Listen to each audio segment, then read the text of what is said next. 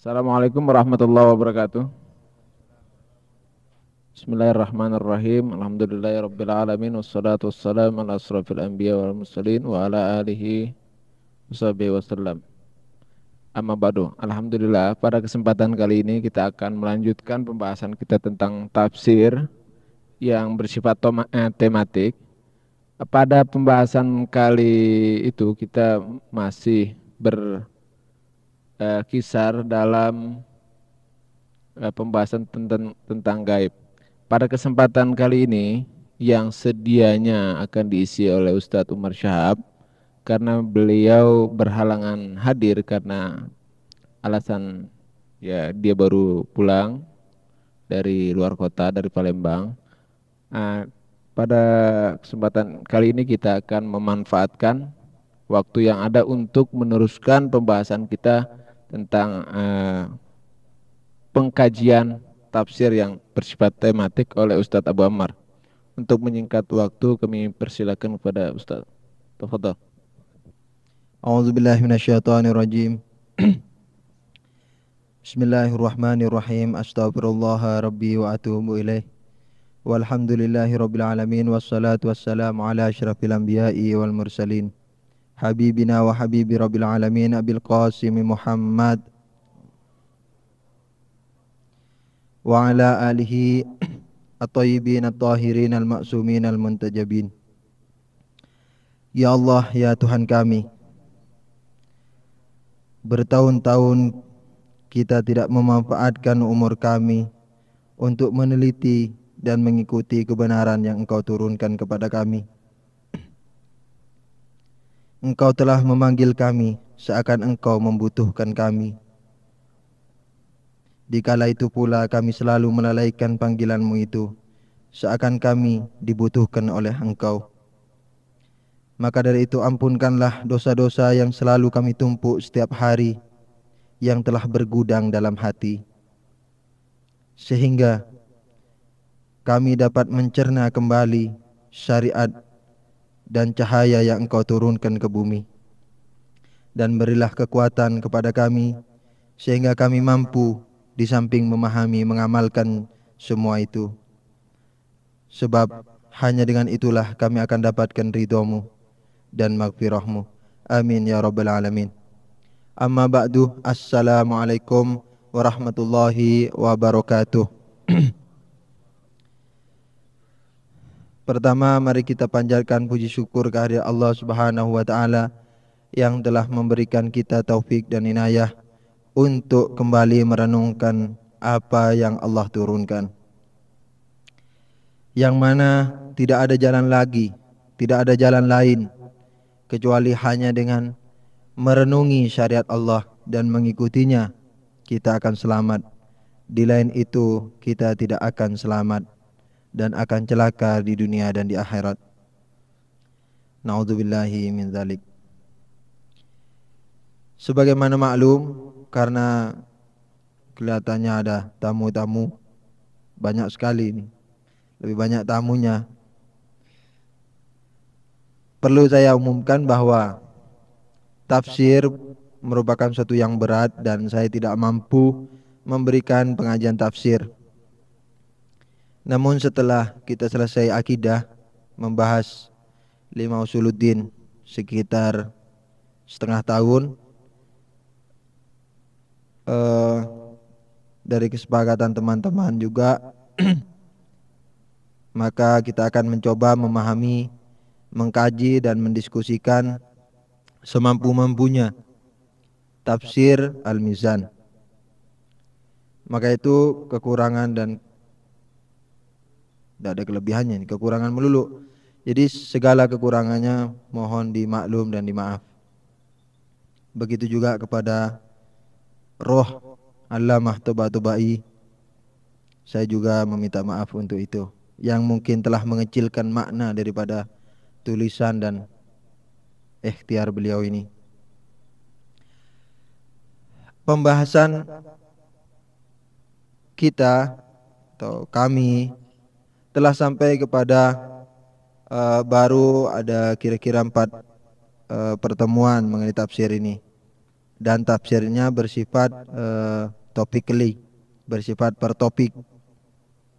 Topik yang kita bahas pada malam-malam terakhir ini yaitu ayat yang berbunyi Bismillahirrahmanirrahim. Alif Lam Mim Dzalikal kitabu la raiba fihi hudan lil muttaqin alladzina yu'minuna bil ghaib wa yuqimuna shalah wa mimma razaqnahum yunfiqun walladzina yu'minuna bima unzila ilaik wa ma unzila min qablik wa bil akhirati hum yuqinun ulaika ala hudan min rabbihim wa ulaika humul muflihun. Sadaqallahul aliyyul azim. Mengingat adanya beberapa tamu, kemudian saya juga minta pendapat salah seorang dari anggota pengajian bahwa ada baiknya kalau sedikit ada pengulangan dari apa yang telah dibahas di pengajian ini. Saya akan mencoba untuk merangkum pembahasan kita, walaupun mungkin sedikit agak berkepanjangan. Mudah-mudahan yang merasa mengulangi mendapatkan manfaat lebih, begitu juga khususnya saya pribadi, dan mudah-mudahan bermanfaat bagi tamu kita. Dalam 6 ayat atau 6 ayat yang telah dibacakan tadi, Allamah Tabatabai mengurai banyak hal di dalamnya. Salah satunya adalah bahwa Al-Quran ini akan bisa dijadikan petunjuk atau dijadikan hidayah hanya bagi orang-orang tertentu dan tidak bisa bagi yang lainnya. Orang-orang tertentu yang dapat memahami dan mengambil manfaat dari Al-Quran, yaitu yang disebutkan dalam ayat-ayat tadi, sebagaimana berbunyi dengan nama Allah yang Maha Pengasih dan Penyayang, Alif Lam Mim. Itulah sebuah kitab yang tidak ada keraguan di dalamnya, petunjuk bagi orang-orang yang muttaqin. Siapa muttaqin? Muttaqin yaitu yang beriman kepada yang gaib dan menegakkan salat, menginfakkan harta yang telah diberikan oleh Allah, dan beriman kepada wahyu-wahyu yang diturunkan kepada para nabi dan Nabi Muhammad SAW, dan terhadap akhirat mereka yakin. Mereka itulah yang mendapatkan petunjuk dari Tuhan mereka, dan mereka adalah orang-orang yang berjaya. Saya ingin mengulas sedikit, merangkum apa yang telah kita bahas dari muttaqin ini. Yu'minuna bil ghaib, yu'minuna bil ghaib. Al-ghaib, ya, sebagaimana maklum, khilafus syahadah, yang tidak nampak, itu yang disebut gaib. Bisa terhadap Allah, bisa terhadap wahyu, mahiyatul wahyi, ya, hakikat wahyu, bukan yang wahyu cetakan mana Quran tuh biasa dicetak. Jadi kalau Quran yang ditulis ini kan nampak, tapi wahyu, hakikat wahyu itu tidak bisa nampak, khususnya kepada kita. Kemudian bisa juga kepada Al-Imam Muhammad Al-Mahdi Al-Muntazar salawatullahi alaihi wa ala abaihi, yang merupakan keistimewaan atau argumen Tuhan terbesar pada zaman ini dan sampai akhir kiamat nanti, dan lain-lainnya. Walaupun yang dimaksudkan di sini bil khusus kepada beriman kepada al-ghaib, yang dimaksudkan adalah Allah Subhanahu wa taala. Karena dalam usuluddin sesuai dengan firqah Ahlul Bait Syiah atau saudara kita Ahlussunnah wal Jamaah mempunyai satu kesepakatan dalam usul mereka, yaitu dalam keimanan ya, poin-poin yang sama di antara kedua firqah ini ada 3 poin. Tauhid, kemudian nubuwah, kemudian hari akhir. 3 hal ini tidak berbeda pendapat, walaupun dalam kerinciannya berbeda-beda, tetapi pada pokoknya tidak berbeda. Nah, 3 hal ini, 2 hal sudah dimasukkan di dalam kriteria muttaqin yang disebut Allah dalam surat Al-Baqarah ini, yaitu yang beriman kepada wahyu-wahyu, itu termasuk di dalamnya maksudnya kenabian, dan kepada akhirat mereka yakin. Begitu juga mengimani kepada yang gaib ini supaya lengkap, maka bil khususnya kepada iman kepada Allah Subhanahu wa taala. Sehingga usulus salasah, 3 pondasi, 3 dasar dapat terpenuhi. Itu mengenai al-yu'minuna bil ghaib. Iman di sini yu'minun al-iman mempunyai banyak sekali tingkatan. Iman mempunyai banyak sekali tingkatan. Iman yang dimaksudkan di sini adalah menyeluruh. Iman pokoknya yang disebut iman, yang dia sendiri sudah amana minasyak. Jadi dia sudah merasa aman, ya kan, daripada keraguan. Jadi dia aman daripada keraguan. Kemudian menegakkan sholat. Jadi maksud saya tingkatan-tingkatan, mungkin ada yang ingin tahu. Kemarin sudah disebut sebenarnya. Ada iman hanya sekedar iman kepada Allah. Ada jadi hanya sekedar iman yang tidak mempunyai efek apa-apa kecuali efek keimanan itu sendiri. Ada yang merasa beriman dan dia mempunyai efek keimanannya itu, mempunyai dampak tapi tidak menyeluruh. Apa-apa yang mesti, yang lazim dilakukan oleh orang beriman, sebagiannya dia lakukan. Ada yang ketiga, iman yang melakukan seluruh kelaziman-kelaziman sebagai orang beriman. Lebih jelasnya, kita kalau mau berbuat maksiat, kita ingat bahwa Allah ini melarang. Ya kan? Saya beriman kepadanya, tapi kita masih melakukannya, umpamanya, nauzubillah. Ini berarti dia ini telah menentang aturan Allah, yakni menentang Allah Subhanahu wa taala. Tapi dia beriman. Tapi di lain pihak dia perbuatannya seperti orang bukan beriman. Nah, dan ini dalam teologi dulu, dalam kita membahas tauhid, dalam ibadah, ngeri kan? Jadi setiap kita berbuat maksiat itu sebenarnya kita telah melakukan suatu kesyirikan. Allah mengatakan jangan, hati, hawa nafsu, iblis, lingkungan mengatakan lakukan. Kita terima itu suara lingkungan, kita terima suara hati, kita terima suara saudara-saudara, kita terima suara teman akrab. Suara Tuhan enggak diterima. Ini sudah nau'un minas syirik. Tuh satu, ada yang beriman dan dia melakukan kelaziman-kelazimannya tapi sebagian saja. Barangkali sholat, puasa, yang lainnya mesti berbuat haram juga dan sebagainya. Jadi kelazimannya tidak dilakukan semuanya. Nah, jadi seakan-akan maksudnya kelaziman itu adalah kelaziman perbuatan-perbuatan yang dilakukan oleh orang yang beriman. Kalau beriman kepada Allah, Allah mengatakan lakukan ini, ya lakukan. Jangan lakukan ini ya jangan lakukan. Nah, tingkatan kedua ini sebagian saja yang dilakukan.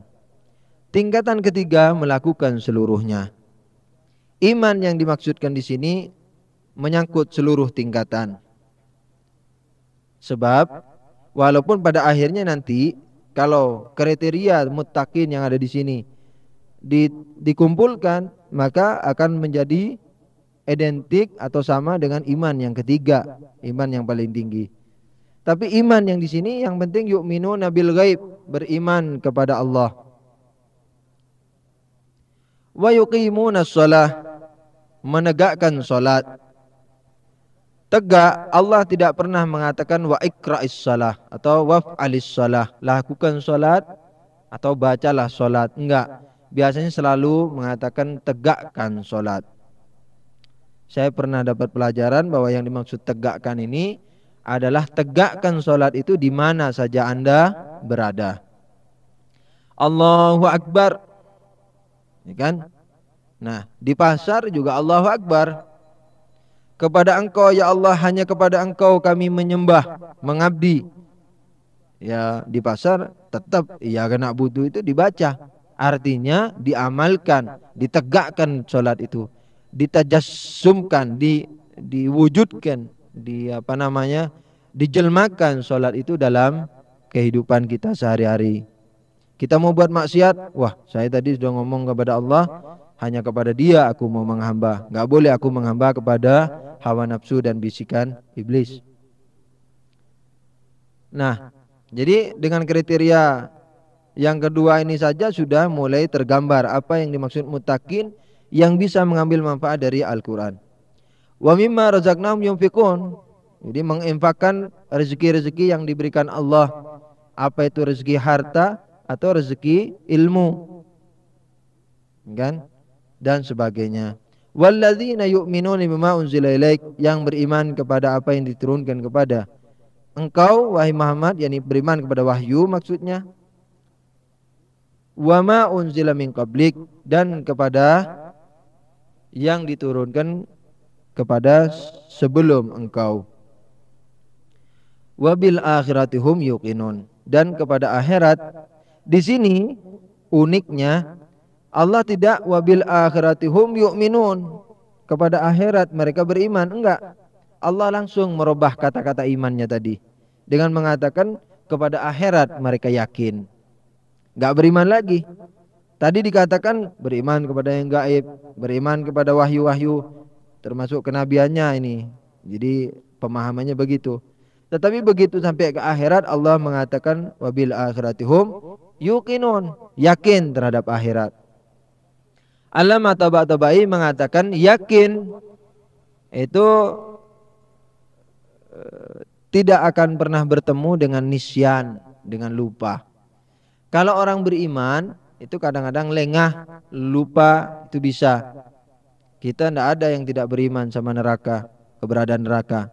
Tetapi kita sering melakukan kemaksiatan. Dan kemaksiatan itu bisa ditimbulkan kalau orang melupakan apa yang disebut akhirat. Ditimbulkan karena lupa.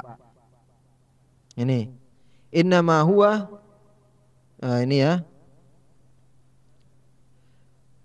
wala tattabi'il hawa fayudilluka an sabilillah innal ladzina yudilluna an sabilillah lahum adzabun syadid bima nasau yaumal hisab.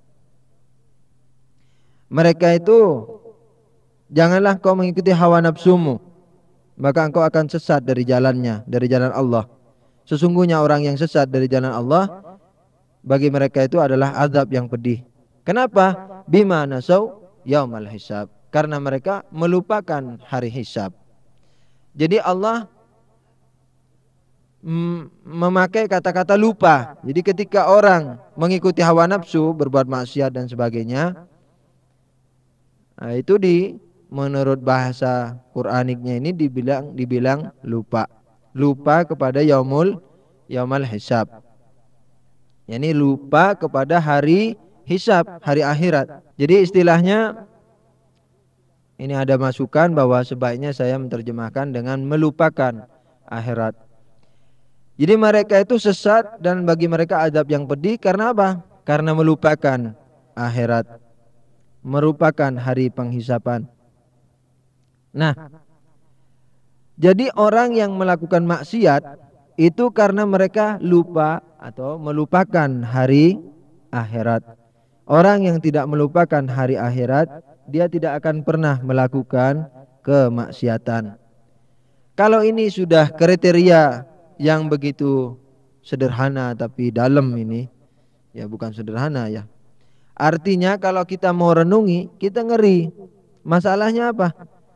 Jadi hudan lil muttaqin, petunjuk bagi yang takwa, yaitu yang beriman kepada yang gaib, menegakkan sholat, menginfakkan harta, beriman kepada wahyu-wahyu yang diturunkan, termasuk sahibul wahyi, kemudian yakin terhadap akhirat, yakni tidak melakukan maksiat.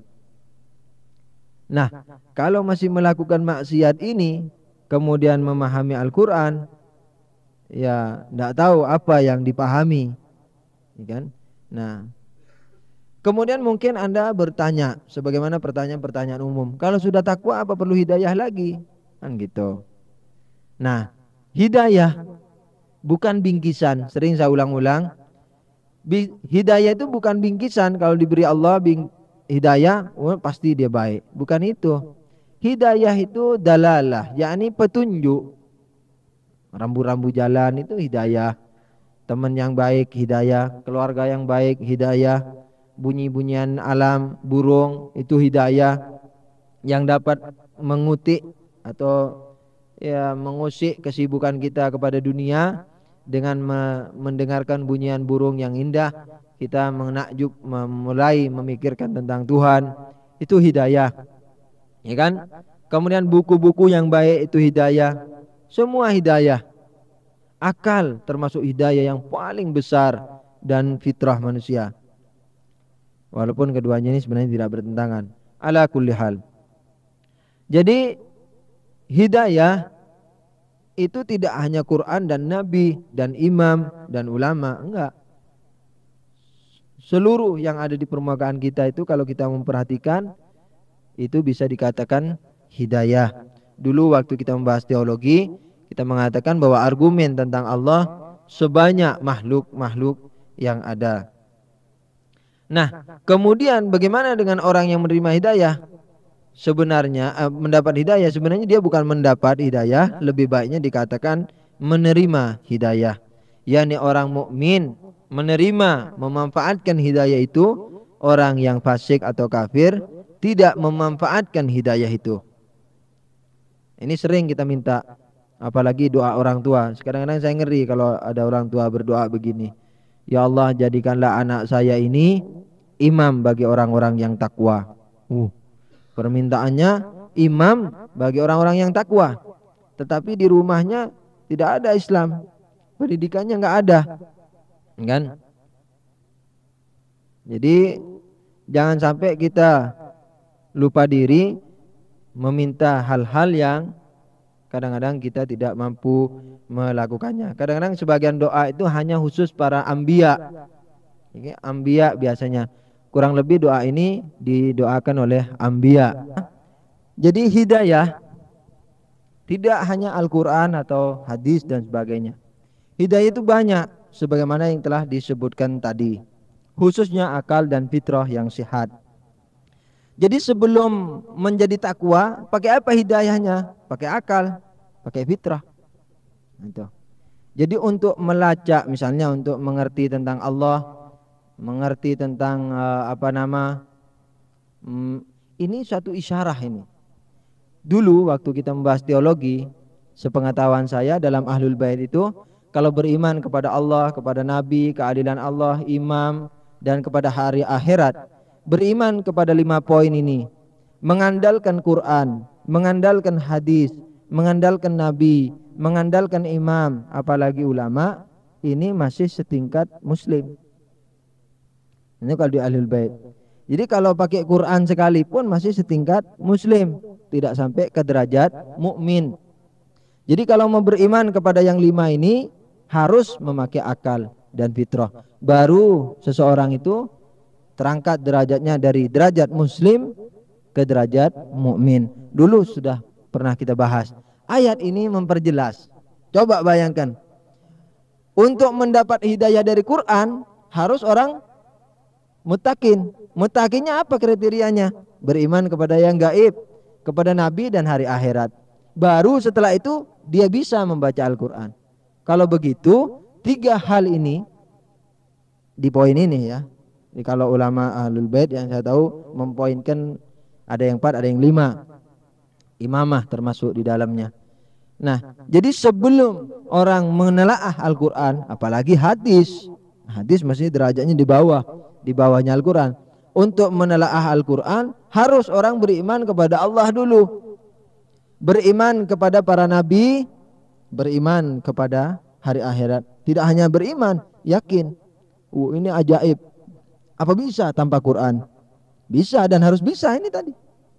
Baru setelah itu hudan lil muttaqin. Kitab itu hudan lil muttaqin, yang sudah begini ini, yang sudah melacak semuanya dengan akal dan fitrahnya. Setelah dia mempraktikkan semuanya, baru dia akan mendapatkan hidayah dari Al-Quran. Kalau enggak bisa. Jadi beriman, khususnya yang 5 poin ini. Kalau orang beriman mengandalkan Al-Quran, hadis dan sebagainya, itu setingkat muslim kalau di pandangan Ahlul Bait. Jadi harus melacak dengan akalnya. Apa bisa? Bisa. Saya pernah memberikan kuliah perbandingan mazhab dan ditanya begini, akal kita terbatas, apa mungkin kita mencari Allah yang tidak terbatas kalau tidak pakai Quran? Sebelum saya terangkan secara rinci, saya pukul balik sama dia. Quran itu Tuhan apa bukan? Bukan. Kalau bukan, terbatas enggak? Ya terbatas. Mungkinkah Quran bercerita Tuhan yang tidak terbatas? Sama. Akal terbatas, nggak mungkin bercerita tentang Tuhan hakikatnya. Quran juga terbatas, nggak mungkin bercerita tentang Tuhan hakikatnya. Akhirnya jadi bingung. Terus bagaimana? Nah, Tuhan itu tidak mungkin dikenal secara mutlak. Yang tahu hanyalah Dia. Nabi pun nggak sampai. Nabi dan imam itu pun memang semaksimal pengetahuan yang diketahui makhluk tentang Allah itu dimiliki oleh Nabi Muhammad SAW dan para imam. Mereka mengatakan apa? Imam kita mengatakan Allah itu mempunyai 100 nama. Satu nama pembantu Nabi Sulaiman yang dapat memindah kerajaan atau singgasananya Ratu Balkis dengan sekejap mata itu, dia mengetahui 1 nama di antara 100 itu. Sedangkan kami Ahlul Bait mengetahui 99 nama daripada yang 100. 99 kami mengetahui, dan yang 1 khusus Allah yang mengetahuinya. Maka itu Rasulullah pernah bersabda, la ya'rifullah illa ana wa Ali, wa la ya'rifuni illallah wa Ali, wa la ya'rifu aliyan illallah wa ana. Tidak ada yang tahu Allah kecuali aku dan Ali. Tidak ada yang tahu aku kecuali Allah dan Ali. Tidak ada yang tahu Ali kecuali Allah dan aku. Kata Nabi Muhammad, sungguh kalau aku tidak khawatir umatku akan menyembah Ali, kuceritakan siapa Ali itu. Dan kalau kuceritakan, sungguh bekas tapak kakinya akan diciumi oleh orang. Di bekas tapak kakinya, apalagi orangnya. Ala kulli hal. Jadi memang ini aneh, tapi betul-betul mapan dan logis. Masalahnya begini, saya pernah juga ngasih pengajian. Saya mengatakan bahwa seluruh imam-imam atau seluruh para nabi sebelum Nabi Muhammad SAW itu mendambakan dan mencintai Nabi dan Ahlul Baitnya. Mereka mengatakan, apa mungkin mencintai yang belum diciptakan? Kenapa tidak mungkin? Bagaimana pelampiasannya? Pelampiasannya mudah. Begini, misalnya Anda jadi kepala sekolah atau pengajar di SMP. Di satu kecamatan ada SMP. Kemudian di daerah itu dibilang sama Pak Camat setempat atau Bupati setempat, bahwa di kecamatan Anda itu akan didirikan SMA. Anda ini baru buka sekolah SMP kelas 1, jadi baru tahun pertama. Pak Bupati mengatakan akan saya buka di sini SMA setelah lulusan daripada sekolah Anda misalnya. Ya kan? Jadi setelah SMP ini akan ada SMA nanti. Yang pertama kali di kecamatan Anda, yaitu 3 tahun lagi. Apa yang Anda lakukan sebagai seorang guru? Cinta enggak sama SMA itu? Merasa ada ikatan, ada kecintaan. Bagaimana pelampiasannya? Pelampiasannya Anda mendidik murid-murid Anda itu dengan didikan yang betul-betul sempurna, sehingga mereka berhasil memasuki dan meneruskan di sekolah SMA. Allah mengatakan kepada para nabi, nanti sebelum hari kiamat akan kuturunkan agama pamungkas. Bukan hanya jurus yang ada pamungkasnya, agama juga ada pamungkas. Buktinya bahwa Allah mengatakan agama Islam terakhir, dan setelah ini kiamat. Tentunya apa-apa yang akan mendatang itu lebih kompleks, lebih luas daripada yang sebelumnya. Dan Allah mengatakan bahwa mereka akan kupilih Nabi yang bernama Muhammad dan akan diteruskan oleh para ahlul baitnya. Bagaimana pelampiasan cinta para anbiya sebelumnya? Di samping cinta dalam hati, tidak kenal apakah orang itu lahir atau tidak, ya kan? Cinta itu bisa dengan hanya diberi kabar sudah bisa cinta. Kita dibilang nanti ada sorga, kita sudah cinta sama sorga. Dalam sholat nangis, gue serguan janeng matura, nangis, terseduh-seduh. Ditanya kenapa? Wah, kepengen aku masuk sorga. Wah, sudah cinta sama sorga. Sorganya masih nanti mau dijumpai. Jadi mujarradul khabar bisa yakun mabda lil hub. Jadi sekedar kabar, sekedar berita bisa membuat mabda, pemula bagi sebuah cinta. Kemudian apalagi ini program agama pamungkas nanti akan diturunkan. Mereka akan membaktikan diri sebakti-baktinya supaya umat ini dipersiapkan menerima ajaran-ajaran yang lebih lengkap, yang tentunya di samping lebih mulia mempunyai resiko yang amat besar. Bagi orang yang lahir pada zaman sekarang dan menyanyiakan ajaran Islam, maka dia akan bisa menumpuk dosa lebih banyak, karena lebih banyak ikatan yang ada pada kita. Kalau lebih banyak kita langgar, kita akan lebih banyak mengandung dosa. Jadi hidayah. Jadi hidayah itu harus kembali kepada masalah ya. Jadi hidayah itu tidak dengan Al-Quran, harus dengan akal dan fitrah kita. Dan kalau kita mau kejar-kejaran kepada Al-Quran sekalipun, Al-Quran pun masih makhluk.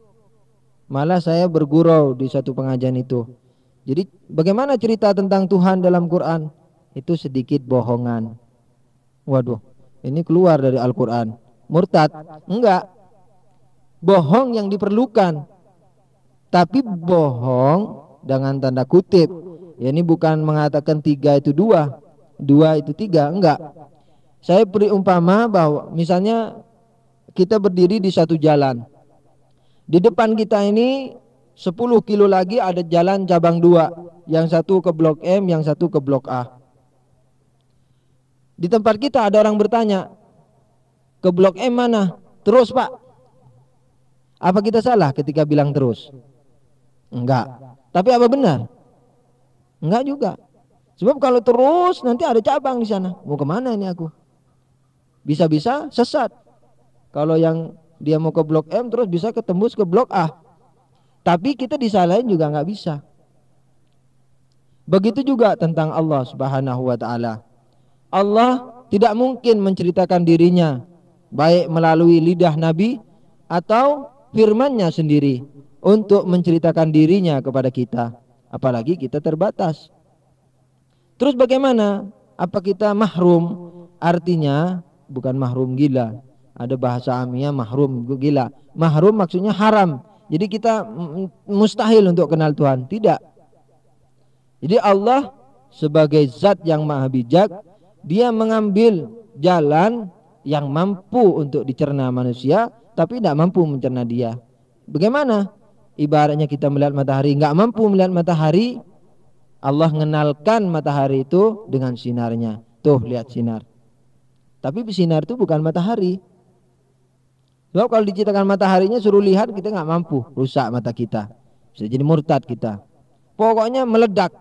Ibarat itu suatu hal yang serem, meledak dan tidak mampu. Malaikat Jibril sendiri waktu Isra Mi'raj di suatu ketinggian tertentu dia berdiam diri. Kemudian Nabi Muhammad mengatakan, ya akhi, kenapa anda diam? Ayo temani aku. Ya Nabi Allah, kalau aku terus terbakar aku. Jadi anda saja. Jadi kesempurnaan yang paling dimiliki tentang ma'rifat Allah, walaupun tidak 100%, tidak 100% adalah ma'rifah yang dimiliki oleh Nabi Muhammad sallallahu alaihi wasallam. Kembali kepada masalah kita, Quran itu pun walaupun merupakan firman Allah, tidak mungkin menceritakan tentang Allah. Tapi perlu adanya Quran. Kan perlu adanya Quran. Ya sekedar menunjukkan jalannya terus. Di depan cabang 2 itu masalah nanti. Dan tidak mungkin Allah ceritakan bahwa terus nanti di depan cabang 2, cabang 2, cabang 3 terus. Tidak mungkin. Kita pikiran Quran sama-sama makhluk terbatas. Jadi cukup dikatakan terus. Contohnya Bismillahirrahmanirrahim, ya kan? Dengan nama Allah yang Maha Pengasih lagi Maha Penyayang. Imam Shadiq alaihissalam pernah mengatakan, barang siapa menyembah Allah sebagai Allah, dia telah syirik. Waduh, kan? Barang siapa menyembah Allah sebagai Allah, dia syirik.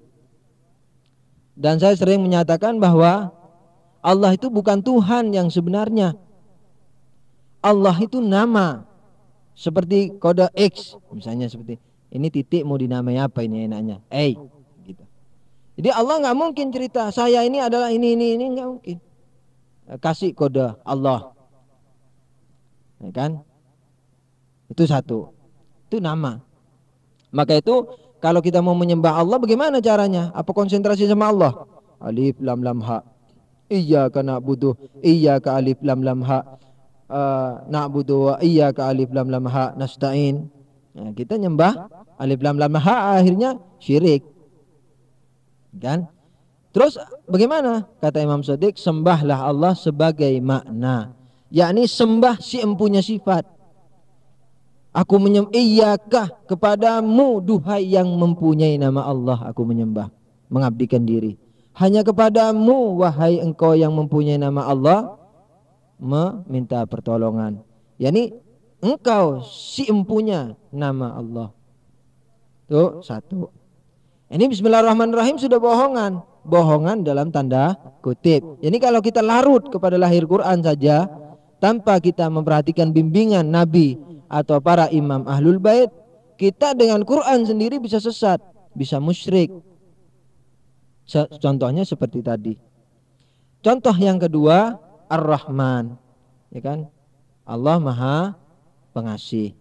Maha Pengasih ini sifat Allah apa Allah?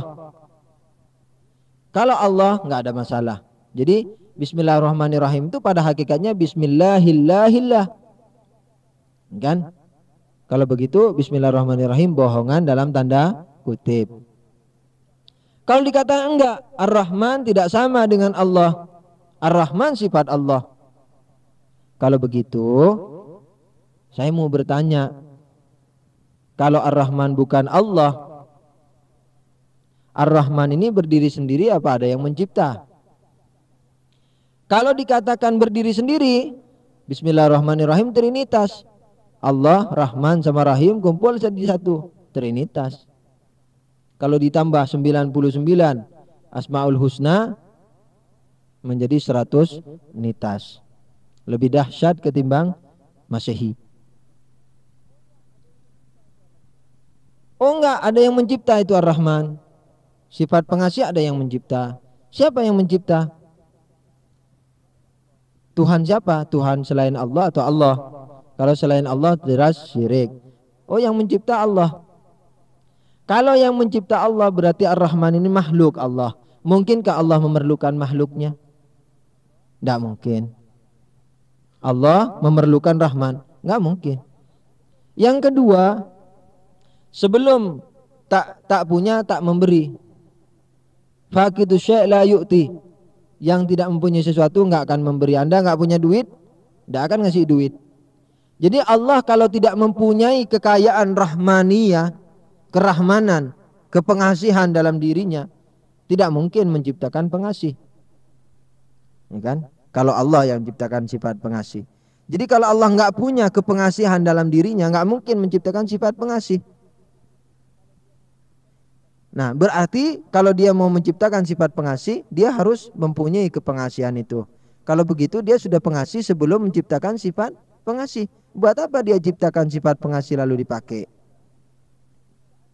Yang ketiga, seandainya okelah, sifat pengasih itu Allah yang bikin. Jadi sebelumnya nggak pengasih. Nah, kalau Allah memang supaya jadi pengasih harus menciptakan sifat pengasih kemudian dipakai, maka dari itu sifat pengasih itu sebelum diciptakan Allah nggak pengasih, Allah bakhil. Sifat pandai, Allah alimun. Wah, sebelum menciptakan sifat pandai Allah bodoh. Bisakah yang bodoh menciptakan yang pandai? Hayyun, sifat hidup. Bisakah yang hidup? Jadi kalau sebelum diciptakan sifat hidup Allah mati. Bisakah yang mati menciptakan yang hidup? Wujudun, Allah mawjudun, Allah wujudun, Allah ada. Sebelum diciptakan sifat ada, Allah nggak ada. Nah, ini harbatah. Ini jamaah harbatah. Walhasil, jadi hakikat Rahman yaitu Allah. Hakikat Allah pun dia. Jadi bismihi hi gitu aja. Maka itu ada tarikat-tarikat yang walaupun dia nggak tahu filsafatnya ada hu. Kan gitu, ada pikirannya gitu. Ya kan? Hu. Kalau sudah puncak kayak kelenger-kelenger. Hu. Walaupun mungkin nggak tahu apa maksudnya. Jadi Allah nggak ada akhirnya. Rahman juga nggak ada. Rahim juga yang nggak ada. Yang ada hanya Dia. Dan Dia satu. Rahman ya Dia itu. Nggak ada beda. Nah, apa yang saya maksudkan bohongan tanda kutip? Itulah Allah nggak mungkin menceritakan tentang Dia. Maka itu Allah meminjam sifat-sifat manusia. Kita kenal, oh, orang tua kita kasih sama kita. Allah bilang aku pengasih. Kalau bahasa Indonesia Maha Pengasih, kalau bahasa Arab nggak ada beda. Pengasihnya Tuhan sama orang tua misalnya dalam bahasa. Nah, jadi istilahnya untuk menjadi mengimani kepada Al-Quran ini, orang harus melanglang dulu. Melanglang mencari siapa Dia. Siapa, adakah kita mempunyai pencipta? Kalau mempunyai pencipta berapa? 1 atau 2? Itu nggak pakai Quran loh. Nah, kalau pakai Quran boleh, cuman dia masih Muslim, tidak mukmin. Nah, kemudian beriman kepada para anbiya itu juga pakai akal, pakai fitrah, nggak pakai Quran dan hadis. Dan begitu juga mengenai akhirat. Apa bisa? Bisa. Dan harus bisa ini.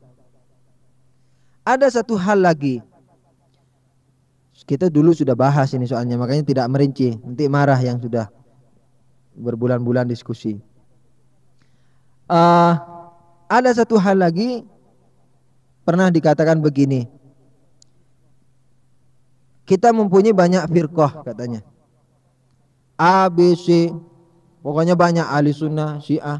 Sunnah jadi pecah lagi, syiah pecah lagi. Karena kita relatif, pemikiran kita relatif, maka barangkali kebenaran itu tidak akan ada pada satu golongan. Dia akan berserak-serak di golongan-golongan yang ada. Sebagian 10% ada di A, 10% di B, terus gitu sampai ke yang ke-10. Kalau dikumpulin jadi 100. Apa sebaiknya kita memilih satu? Tapi nggak mungkin katanya, karena relatif. Madhab ini hasil daripada pemikiran manusia, kesimpulan manusia tentang agama. relatif. Kalau begitu kita ambil aja sebaiknya kebenaran yang ada yang berserak-serak di seluruh golongan, kemudian kita jadiin dia golongan yang benar. Saya katakan memang akal kita ini relatif, kan? Tetapi terbatas. Tetapi sebagaimana maklum tadi, Al-Quran ini juga terbatas. Agama ini juga terbatas. Jangan dikira bahwa Al-Quran itu ilmu Allah. Tidak sampai setetes. Ya kan? Pokoknya Al-Quran hebat. Tidak terbatas. Wah, sama dengan Tuhan akhirnya. Firmannya bisa ngalahin Tuhan itu nanti. Bumerang. Bukan begitu. Jadi agama ini terbatas. Semua ini terbatas. Agama yang diturunkan kepada kita. Maka terbatas sama terbatas bisa dipahami. Apalagi Allah berfirman, la yukallifullahu nafsan illa wus'aha. Allah tidak memberikan beban kepada manusia kecuali sesuai kemampuannya. Beban ma'rifatullah, beban ma'rifatul Quran, beban ma'rifatul Nabi, beban ma'rifatul imam, beban ma'rifatul shalah, ma'rifatul shaum, ma'rifatul kullu syai'. Itu sudah sesuai dengan keadaan manusia yang memang dalam keadaan terbatas itu. Satu. Yang kedua jawabnya, kan? Yang kedua jawabnya, kalau Anda mengatakan kebenaran. Jadi kesimpulan jawaban pertama ada apa? Jadi salah satu mazhab bisa dikatakan benar, walaupun akal manusia relatif. Karena apa? Al-Quran dan agama seluruhnya ini relatif. Ya, ini terbatas maksudnya, bukan relatif ya, terbatas maksudnya. Jadi akal manusia memang terbatas, tetapi agama juga terbatas. Jadi tidak mustahil untuk dipahami 100%. Yang kedua jawabnya, kalau Anda mengatakan kebenaran berserak-serak di seluruh golongan kemudian kita ambil, kebenaran yang Anda katakan menurut siapa? Juga menurut Anda. Anda juga terbatas akalnya. Oh, kebenaran 10% ada di mazhab Sunni, 10% ada di mazhab Syiah. 10% kebenaran itu menurut siapa? Menurut Anda, yang juga Anda manusia terbatas. Nah, kalau Anda kumpulkan 10 jadi 100%. 100% ala Anda, tipe Anda, bukan tipe Allah Subhanahu wa ta'ala. Maka itu juga relatif.